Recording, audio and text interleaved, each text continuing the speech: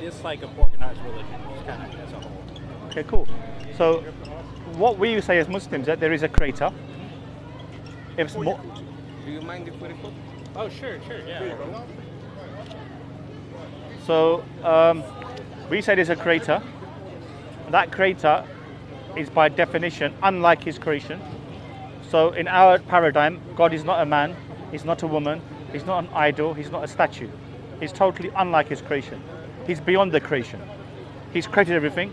So as me and you speak, between us we've got time, matter, space, energy. These are all components of what is understood to be the beginning of the universe 13.8 billion years ago. So one thing a atheist or an agnostic, or mainly atheist, they have to accept, whether they like it or not, that a supernatural event occurred 13.8 billion years ago. So by definition, everything that we can think of which is contingent, it has to have something which initiated it by its conditions and by the fact that it's contingent upon other things.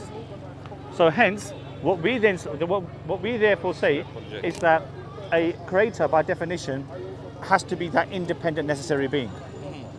Make sense? Yeah, that makes sense. Excellent. Yeah. So if you're prepared to accept that quickly as an example, as Muslims, we therefore say it's incumbent upon us to give recognition to that creator. For example, you've got two nice eyes. If I was to say, I'll give you £100,000, or I'll make it more, I'll give you £20 million for both eyes.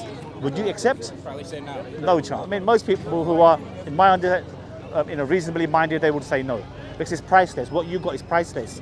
You're feeling like a drink. You're having that nice tea or whatever. It's all going in perfectly for your betterment and for your fulfillment.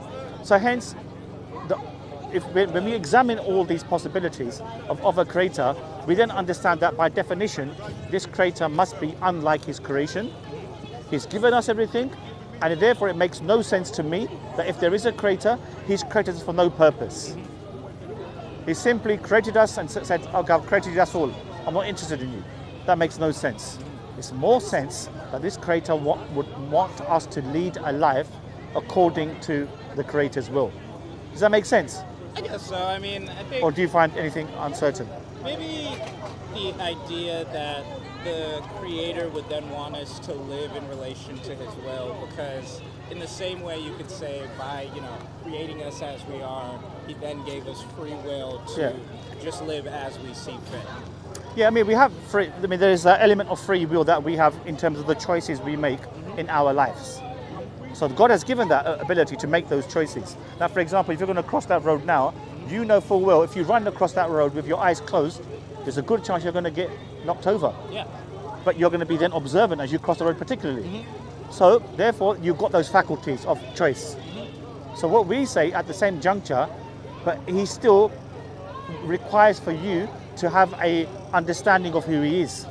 Why? Because he's created. Because there was a time, say, I'm assuming you're in your mid-20s, whatever. There was a time when you weren't on this earth 40 years ago, as an example, and with all likelihood, probably you won't be here another 100 years. God give you long life, But what I'm saying to you is that's the reality of what it is. So if there's a time you're not here, and now there's a time you are here, and then you'll be gone again, there's an intermittent reality, which is, and those who mock it, the fact that we're here even in the first place is in itself testification that we can be brought back to life and judged for our actions.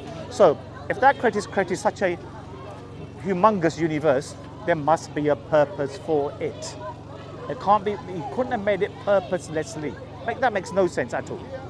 So then it makes sense, okay, what does this creator want from us? So the creator in all the world scriptures has essentially been seen as one singular being. Yeah. So Islam and all the religions, to be fair, there is a pushback to those who say, no, God can be a multiplicity of different divinities. Because by definition, the creator must be the creator of everything, and therefore he cannot have something which is in parallel to him. By definition, for example, we have the issue, are you aware of the issue of infinite regression?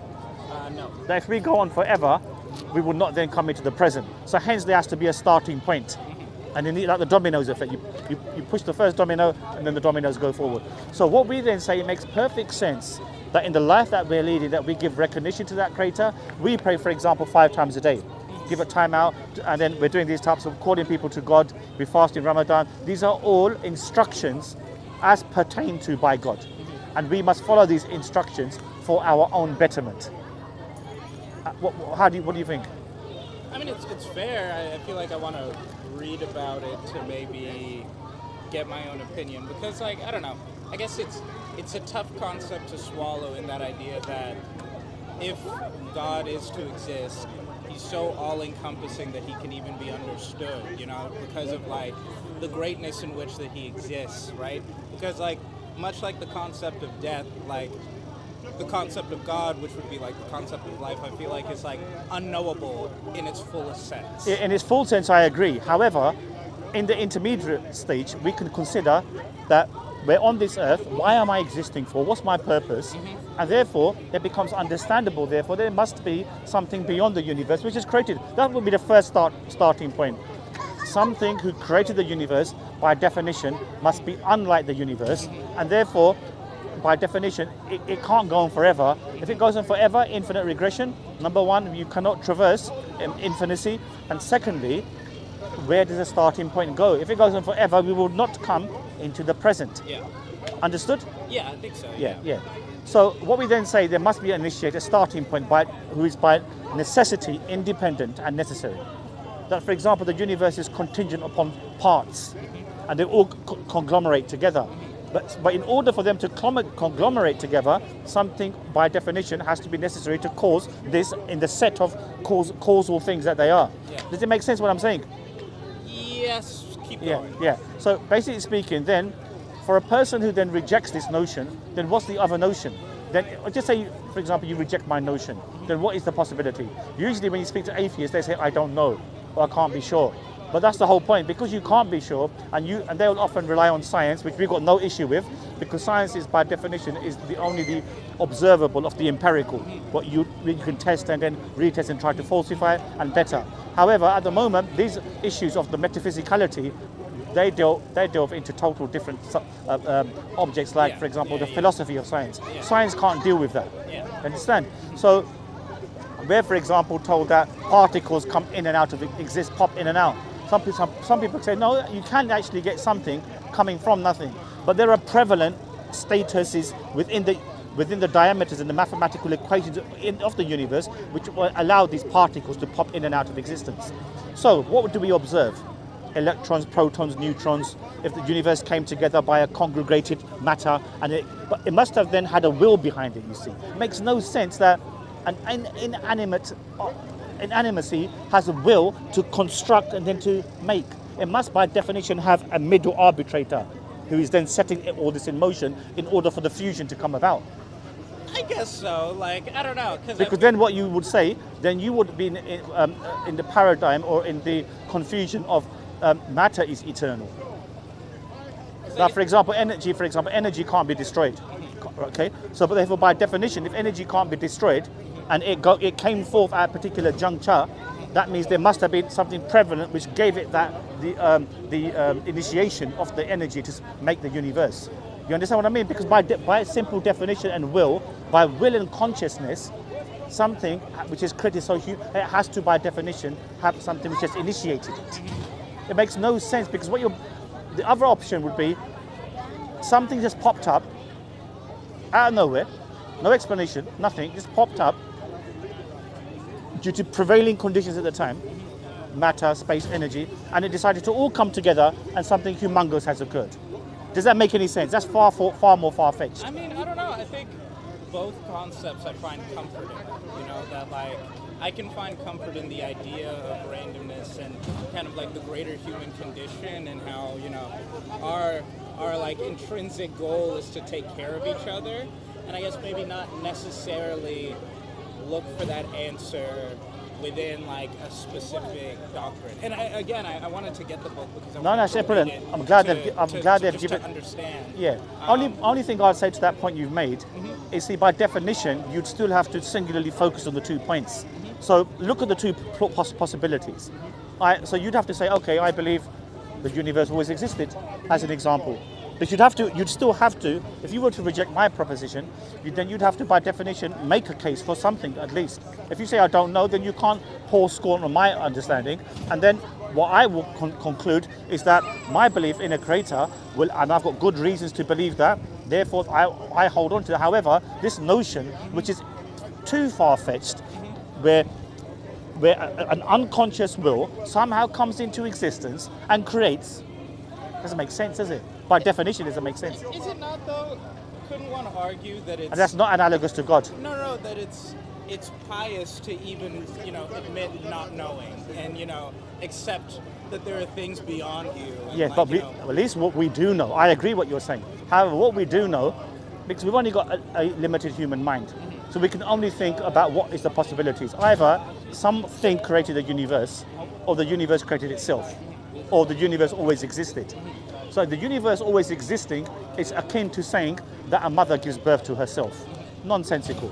If the universe had a particular starting point, then by necessity it suggests that something caused the universe to come into existence, and something which is not then dependent upon the universe itself, something outside of that set of infinite chain of dependent things. But isn't there also an argument that the logic for the first thing is beyond our comprehension, much in the way that like God himself as an actual entity is Yes. beyond full comprehension? Yeah, so if the former is out of comprehension, and the latter we can't understand in its holistic totality, but it all points towards a singular creator who's initiated it based upon the points that we've observed. So just refocusing on a universe, there was nothing. 13.8 billion years ago, there was nothing. The universe, as we know it, came into existence. Something humongous has happened. So whatever that cause was, it would have by definition required a will in order to perpetuate it. Because otherwise, the other possibility is just too far-fetched. You're bringing it to, you're saying, in effect, that something which doesn't exist comes into existence, has a conscious will and mind, and creates. Yeah, I mean, like, I don't know. I See what I mean? Even in my agnosticness, I have a reverence for any kind of a creator that perhaps the way that in which the universe was made is just something, not something that I can fully know. Yeah, no. Yes, we're limited. I agree with you. I'm not disputing. But however, I'm looking at the possibilities. You see, so the possibility that the universe, for example, always existed is definitionally that won't make any sense. You can throw too many rocks at it. For example,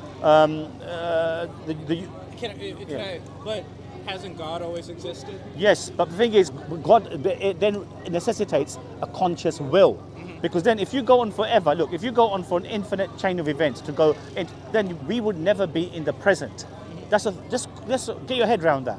If we go on forever and ever and ever, then there's no starting point, and by definition, we would not then be coming. We would not be in the present then. Why? Because of the fact that infinity or infinite regression, it cannot be traversed. You understand? It cannot be traversed. So because you can't, for example, add 1 into infinity. Yeah. You can add it conceptually, but you can't add it in the real world. So hence, something by definition has to be beyond the normality of these set of contingent things, and therefore it has to be a starter, an originator. But if you can add it in concept, isn't it as valid as the fact that you can't do it in reality? Again, given that the material world we know is kind of limited to science, which can fail us at any given moment. Even the idea of 13 billion years ago is an estimation. We could easily find out it's 15, whatever. Yeah. And much like in the same way that listen as we may, to our God or a God, we're likely to get it wrong, in some way. Because just, we're not likely, but there's just a chance, that even with the best will, you can still not quite have the vision clear. Yeah. I don't know. Yeah, no. I'm going to take your points, but like I said, I mean, I don't want to keep on repeating the same thing again. Yeah. That's fine. It's not a problem at all. I mean, what you can perhaps do, go investigate these things further. Yeah. I mean, I'm a good proponent of the contingency argument in terms of evidence of an existence of the creator, because we've got to think sometimes beyond our norms. For example, if I'm a religious person and I'm just basing it singularly on a bias towards my religion, then I'm not critically thinking. So, for example, continuously, that's very strong in my particular view. So then I would think, okay, if that wouldn't be the case, what's the other possibility? And the other possibilities, as I've said, are too far-fetched. A universe which created itself, like a mother giving birth to herself. It's not analogous. Did the universe always exist? No, because now what we established is that the universe came into existence. This understanding in the West, like 200 years ago, that the universe eternally existed, well, that was just pushed aside by the red heat shift telescope, the findings of Edwin Hubble in 1929. So it showed that the red shift heat is expanding forth and is coming from a singular point. So we also know one day energy will, in the terms of it will cease and the universe will relapse and finish. So what we're basically saying is this is a time of reflection, so that by necessity, if the universe finishes, there would have been a starting point to it, which then necessitates that the energy expanding forth then will come to an end. So these are some of the points that we need to reflect upon. We're only on this earth for a limited period of time, and then we're going to be returned to a creator who will judge us. And that is not fairy stories. It makes sense because, and again, for me, if I did ever doubt, I'd think, look, why am I here in the first place? I'm here by sheer miracle. It's not just my existence is conducive to the material around me, but also the material is conducive to my existence. People don't really reflect upon that. It's working both ways, you see. Yeah. Maybe some people can argue, okay, now we've all materialized in the sense that we've become adapted to our climate, but the climate is also adapting to us, you see, or the conditions are also adapting to us. So if it's working two ways, that's very powerful.